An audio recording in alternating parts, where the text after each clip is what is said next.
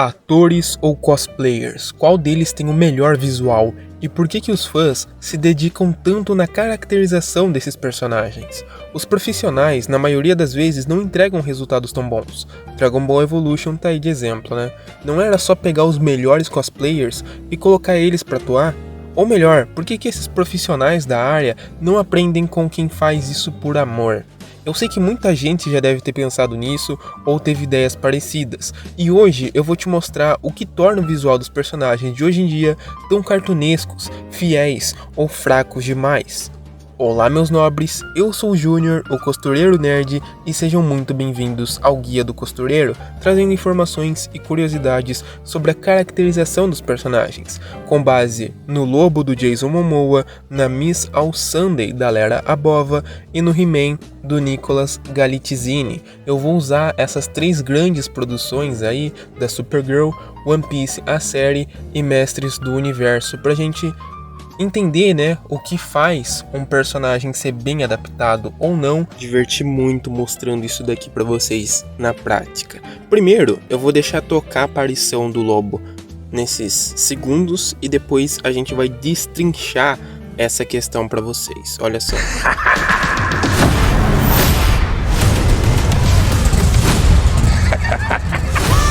Tá, foi isso. Alguns segundinhos aí de Lobo. E olha só que interessante, o personagem, ele já é apresentado, ele já é mostrado aqui pra gente num contexto muito caótico, né? Ele tá parado, quer dizer, parado não, né? Que foi tudo em movimento. Mas ele tá aqui em destaque, tá pegando muito fogo, o ambiente que ele tá também é todo caótico, a gente viu ali umas pessoinhas correndo e tudo mais. O que isso quer dizer? A apresentação, esse lugar, esse jeito de introduzir o personagem é muito para contar uma história. Tudo isso daqui é um storytelling desse visual, ok? Lembrem-se que o Jason Momoa, ele tá interpretando, ok? Isso é óbvio. Então, esse visual dele é para comunicar com tudo que está acontecendo ao redor dele. Com esse fogo, com o local destruído, com, enfim, essa ambientação escura. E a gente tem que lembrar que o Lobo, ele é um personagem de pele branca, o rosto maquiado, o olho vermelho, a roupa de couro, as correntes, tudo nele é muito bruto. Ele passa essa brutalidade visual. Então, adaptar isso para um live action é bem difícil, é bem conturbado, inclusive. E aqui a gente percebe que muita gente já tava zoando, né, a questão da maquiagem do Jason Momoa, que ele tá parecendo um vocalista do Kiss, e isso vai ser muito interessante de trazer essa perspectiva para vocês. Calma aí, deixa eu conseguir rabiscar. Pensem somente no Lobo, ok? Aqui, Lobo. Ai, muito difícil ficar rabiscando a tela. E aí, vamos imaginar uma cena, uma coisa muito emblemática. Pensa que o personagem, ele saiu de uma página da HQ. Literalmente tem uma página da HQ e ele sai ali. Imagina que legal. Para fazer essa referência a essa parte na animação, eles fazem o Lobo quebrando uma televisão, ele saindo de dentro de um desenho, né, para começar a animação dele. Agora, pro live action, isso seria bem impossível. Eles iam fazer o quê? Contratar o Jason Momoa para ficar indo nos cinemas e pulando do telão? Contratar vários cosplayers para fazer essa mesma coisa? Não tem como replicar toda cena emblemática de uma mídia para outra, ok? Então vamos pensar nessas três mídias como um ponto de partida. Para adaptar o Lobo da HQ, é muito fácil, é o material original. Então a HQ consegue fazer o Lobo com maestria. A animação, ela vai ser um pouquinho mais complicada, mas ainda consegue manter a originalidade, a essência do personagem e trazer algo interessante. Agora, o live action, ele vai passar muito perrengue para adaptar o personagem e vai e volta até chegar em algo satisfatório, algo que seja fiel a origem do personagem, que funcione na câmera, na narração, na direção da história, para ele ser um personagem linear do começo ao fim e que essa aparência transmita a história dele, ok? E aqui eu vou mudar a cor para a gente mudar também essa interpretação. Pensa que a HQ é uma viagem de carro. Uma viagem de carro, ela tende a ser tranquila, né? É fácil de fazer uma viagem de carro. Agora, a animação, pensa que ela é um pouquinho mais desprotegida. Ela é tipo uma viagem de moto. Pode ser mais interessante, né? Pode ter cenas originais ali, algo que fortaleça mais o personagem, que dê uma liberdade a mais. Então, é esse tipo de viagem, ok? Agora, o live action, ele tem uma dificuldade muito maior. Ele é como se fosse uma longa caminhada a pé, ok? Então, basicamente, eu diria que esse é o melhor exemplo que eu posso trazer para vocês, mais simples, para vocês entenderem a dificuldade que é para fazer esse personagem surgir nas telonas, ok? E aqui vai uma característica muito legal. Não importa se o personagem ele é muito específico e se o ator já combina muito com ele, né? Porque eu vi muita gente já falando que o Jason Momoa, desde lá do Aquaman, já tinha muita gente falando para ele ser o lobo, né? Que seria o casting perfeito, que o ator já parece com o personagem. E calma, eu não tô falando que isso é ruim. Na verdade, isso é muito positivo. Você ter um personagem que se dá muito bem com a aparência do ator, né? E esses meus rabiscos já não tá fazendo mais sentido. Mas enfim, isso é um casamento visual muito bom, muito interessante, né, de ser feito. Então, qual que é a grande dificuldade de um cosplayer para fazer esse personagem? Qual que é a grande diferença, né, do cosplayer? O cosplayer, ele vai fazer um ponto específico do personagem. É como ele interpretar essa cena. É um fragmento, né? Ele pegar a moto ali, fazer uma pós-produção, colocar as chamas, enfim. O cosplayer, ele vai fazer uma cena, ele vai fazer um evento ali no palco, uma caracterização. Por mais que ele fique algumas horas, ele vai ter um descanso, ok? Agora, o Jason Momoa interpretando o lobo é uma coisa linear. Ele vai passar horas em gravação, ele vai passar dias de produção ali para trazer esse personagem. Ainda que o filme seja da Supergirl, ele vai ter uma participação ali que eu acho que vai ser bem considerável, tá? Por eles estarem lançando tanta coisa assim do Lobo, enfim. Então, sem falar no vídeo dos X-Men, o personagem, a caracterização dele não é só dele. Tem os cosplay, não, meu Deus do céu, já me travei. Os dublês também precisam ter a caracterização para fazer as cenas em específico. Vai que o Jason Momoa não sabe pilotar moto, tá? Um exemplo. Eles vão precisar colocar um carinha lá, caracterizado de lobo, para pilotar a moto, para fazer uma cena muito específica de luta, para pegar um melhor ângulo e tudo mais, ou então para fazer alguma coisa muito específica, um malabarismo, alguma coisa assim. Então, acabei de falar a palavra e eu já esqueci. Então os dublês, eles são muito importantes e eles também ficam caracterizados, ok? É muito bom reforçar e lembrar disso. Não é só o ator que precisa da caracterização, os dublês ali na produção também. Então é 2 a 3 lobos que a gente precisa ter caracterizado. E isso vai uma grana, por isso que, enfim, nem sempre eles são muito bem caracterizados, porque eles têm que dar uma limpada ali no orçamento, senão, se deixarem muito fiel às HQs e tudo mais, fica um porre para trabalhar na pós-produção depois. E pela minha visão de costureiro, eu diria para vocês que essa adaptação visual do Lobo, pelo que eu pesquisei e vi das HQs, tá bem interessante, faz sentido com o contexto que foi apresentado dele ser uma participação no filme da Supergirl. Talvez para uma produção única do Lobo eu faria algumas alterações. E sendo bem honesto com todos vocês, meus nobres, eu não tenho a intenção nenhuma de assistir Supergirl. Depois vocês assistam e comentem aí o que vocês acharam do personagem. Por enquanto eu acho que ele tá interessante e tenho a impressão de que ele vai ser um personagem para servir de parâmetro pro crescimento da Supergirl. Eu tenho essa impressão por conta, enfim, da caracterização do personagem, mas é isso. Deixa nos comentários o que você achou do visual do Jason Momoa como Lobo. A gente tem a Lara Bova fazendo a Miss All Sunday, ok? E olha a atmosfera, né? O local que ela já aparece, abrindo as portas, usando o poder dela para lá e para cá. E esses mil rabiscos não fazem o menor sentido, mas vamos aí. Então a gente já tem a personagem centralizada ali, que ainda não dá pra ver ela 100%, mas ela já sai abrindo, né? Ela chega com tudo e o ambiente você vê que ele tem uma caracterização, né, colorida, já uma atmosfera mais interessante, mais vibrante junto com a personagem. E aí você vê ela aqui, seja no material original ali, que é o mangá, seja na animação, agora com a Lara Bova interpretando, e também as cosplayers, né, da Nico Robin, a Miss All Sunday, são 100%, né? Então o meme acabou se tornando real em todos os universos. Ela tá sempre muito bonita. Aqui ela já tá fazendo novamente o uso do poder dela, né?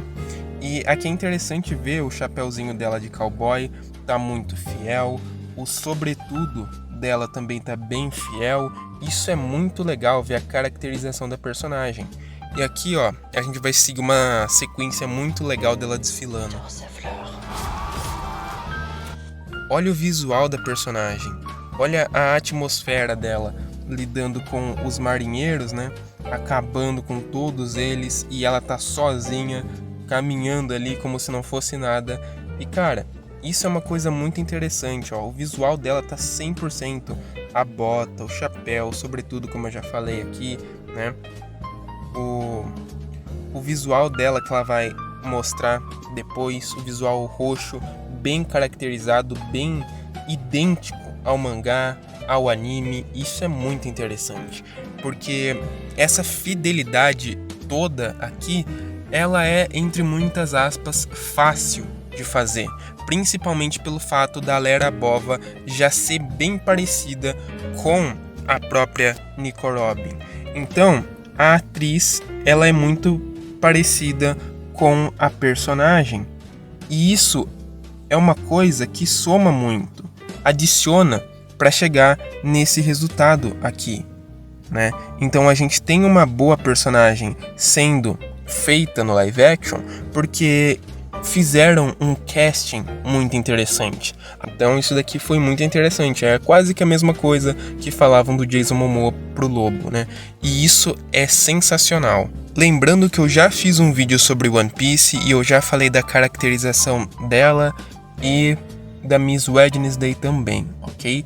Então tá aí no canal. E é muito interessante você ver, ó, daqui a pouco vai aparecer outra cena, mas olha que interessante, ela já trocou de chapéu, ok? Não é aquele mesmo chapéu que a gente viu. Esse aqui não é só questão de luz e sombras, tá? É o chapéu roxo. O visual dela também, aquele visual que tava por baixo do sobretudo, ó, o visual roxo dela, bem interessante. O rosto da personagem também tá muito bonita, a peruca, tudo tá muito interessante aqui. Eu nem sei se é peruca na real, não sei se o cabelo dela tá grande nesse nível já. Mas enfim, é uma bela caracterização. Apostaram 100% aqui e funcionou. E olha só que legal, a composição da cena, né? Ela tá se jogando ali do navio, mas olha que legal, o visual dela tá bem forte, bem vibrante. Aí você vê a composição da cena, os personagens em destaque, o ambiente em destaque, também estão bem coloridos, né? Fazendo toda essa composição interessante da personagem.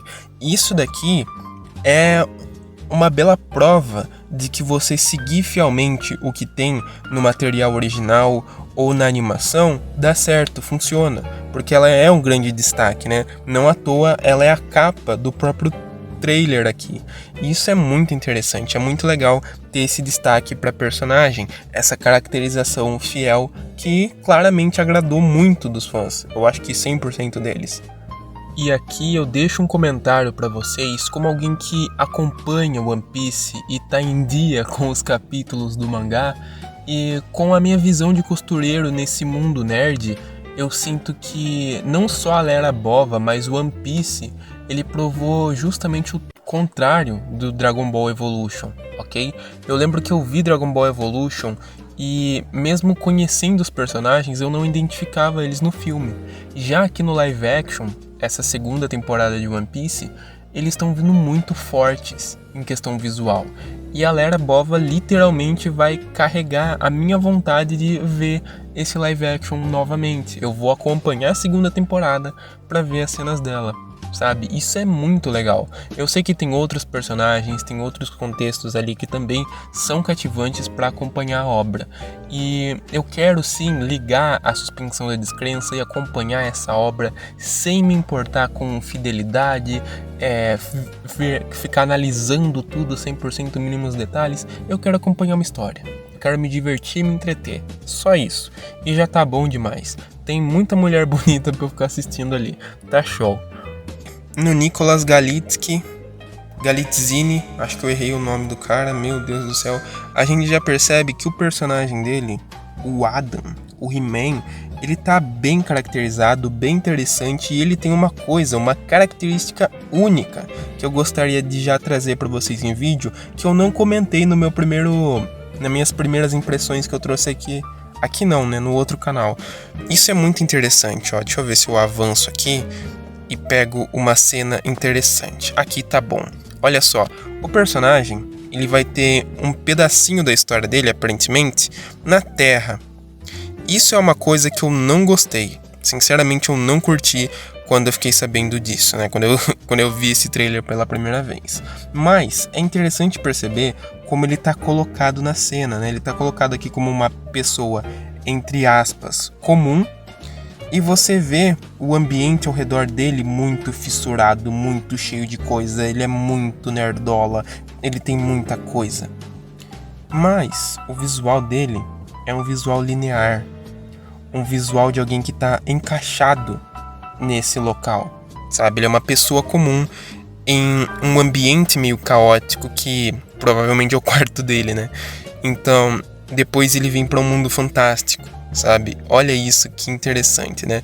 E aqui, olha só como é interessante o visual dele, ele com essa expressão cansada, né? É muito interessante a gente ver esse visual. Por que eu tô dando tanto esse destaque? Porque, olha só que legal, deixa eu avançar aqui.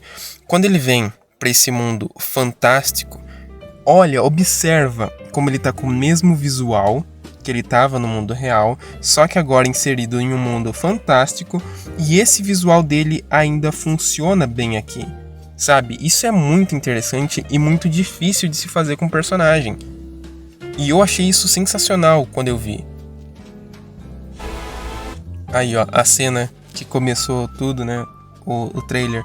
Ele tá com um visual que é transitório. O visual sai da vida real, vai pro mundo fantástico. O cara tá do lado de um tigre enorme. Ele tá do lado de um robô. E o visual dele, CLT aqui, ainda funciona bem, sabe? Isso daqui é uma coisa muito interessante. Aí a gente tem ele caminhando aqui, né? A revelação dos outros personagens. E cara, essa cena é absurda. E a caracterização dele, eu não consigo fazer uma pausa que seja minimamente decente, né? Vocês já perceberam isso, acostumem-se. Esse visual dele como He-Man, eu vi muita gente falando que ele ainda tá fraco pro personagem e que ele deveria estar mais grande, musculoso e tudo mais. E bom, eu não sei o que falar quanto a isso, né? Aqui, eu acho interessante essa composição dele como um He-Man, porque a gente já viu ele cacetando uma cacetada forte. Ele cacetando um monte de inimigos já nesse trailer, mas é interessante reparar que essa questão muscular dele não é tão agravante assim, óbvio, em comparação com a animação. Ele tá assim bem mais fraco, né, bem menorzinho. E isso eu acho que pode ser um detalhezinho do trailer, talvez no filme em si ele seja mais bombado, né, com efeitos especiais, quem sabe, mas ao meu ver não é um problemão assim de caracterização do personagem ou de preparo do ator, ok? E como eu falei, existe uma grande diferença do que é feito dos cosplayers pros atores, né? E isso é uma coisa muito interessante, porque o ator aqui, o Nicolas, ele vai fazer um He-Man condizente com, sei lá, o material original. Ele vai fazer uma interpretação para essa transição que eu falei mais cedo, né? Ele tá na Terra, no mundo real lá, tendo a vida dele de CLT, e depois ele transita para um mundo mais fictício, né? Um mundo mais fantasioso. E essa transição, visualmente falando, ela é muito boa, porque ele enquanto He-Man tá muito bem adaptado, mas ele enquanto Adam trabalhando lá também tava legal. Então toda essa transição que fizeram visualmente pro personagem encaixou muito bem, ficou bem legal. Eu sei que eu já falei muito sobre isso e eu já fiz até um vídeo de primeiras impressões sobre Mestres do Universo, mas eu curti bastante essa transição de mundos, essa troca de atmosfera e a permanência do visual, porque isso comunica com o que eu falei lá do Lobo, né? Essa questão da ambientação, de trazer um personagem e ele ser contínuo, dele ser linear em comparação aos cosplayers que pegam um fragmento desse personagem. Então, a conclusão que eu chego é, para um cosplayer, ele consegue maximizar o visual do personagem, ficar mais fiel, ficar mais interessante do que as produções profissionais, justamente por ser só um fragmento, por ser um único instante. Já essas grandes produções, eles precisam pensar em tudo, em muito mais coisas, né? Até onde eu lembro do Lobo, ele é um mercenário e ele viaja entre planetas. Essa simples troca planetária já vai alterar um pouco o personagem, sabe? Vocês conseguem visualizar isso com clareza na mente de vocês? Então existe sim esse downgrade no visual do personagem, justamente para criar essa atmosfera de que ele tá ali, sabe? Para ele não parecer um PNG recortado de um lugar e colado no outro. Então, a Lara Bova, ali como Nico Robin, ela integra esse conceito muito bem, porque One Piece trabalha muito com vários cenários, várias ambientações e muitos momentos. Então, trazer essa questão para eles é muito mais rotativa e muito mais fácil para você imergir dentro da história e aceitar os personagens trocando de lugares, trocando de visuais e ainda assim mantendo essa linearidade, né? E agora He-Man trouxe isso surpreendentemente bem, né? Com o Adam trocando da Terra pro mundo de Grayskull. O mundo de Grayskull não, é o castelo de Grayskull. Mas enfim, vocês perceberam que eu não sou um grande fã com várias memórias nostálgicas de He-Man, né? Eu fui muito mais da Caverna do Dragão e, sendo bem sincero, eu sou bem jovem, né? Então eu não peguei muito essa época. Mas ainda assim foi uma grande surpresa, né? Eu comentei isso lá no meu vídeo de primeiras impressões. Eu tava ali acompanhando, ok, vendo se isso ia dar bom ou não, mas ali no I Have a Power eu falei, caraca, isso daqui tá muito sensacional. Quando apareceu o esqueleto também eu achei muito interessante. Então, todas essas surpresas visuais de 2026 tem tudo para começar a dar os primeiros passos para um futuro mais fiel, a um futuro mais fantasioso, que eu acho que os personagens precisam, tá? Não só a questão de super-heróis, mas fantasia no geral. Princesas, heróis clássicos, RPG, todas essas histórias, elas têm que ser fantasiosas, elas têm que ser viajadas, porque não é uma adaptação de um livro histórico, realístico e essas coisas, sabe? Não precisa desse ultra realismo. Eles podem sim viajar, colocar tigre gigante colorido e, sabe, essa viagem visual, ela precisa acontecer pra gente conseguir se entreter legal, ter essa mídia é muito importante. E se você conseguiu entender a diferença dos cosplayers para o visual dos atores profissionais, deixa aí o seu comentário sobre esse tema, se você gostou desse vídeo, porque deu muito trabalho e agora finalmente eu vou dormir, que já são 3 da madrugada. Tá vendo? Já tô falando até torto. Muitíssimo obrigado por ter me ouvido até aqui e até o próximo ponto.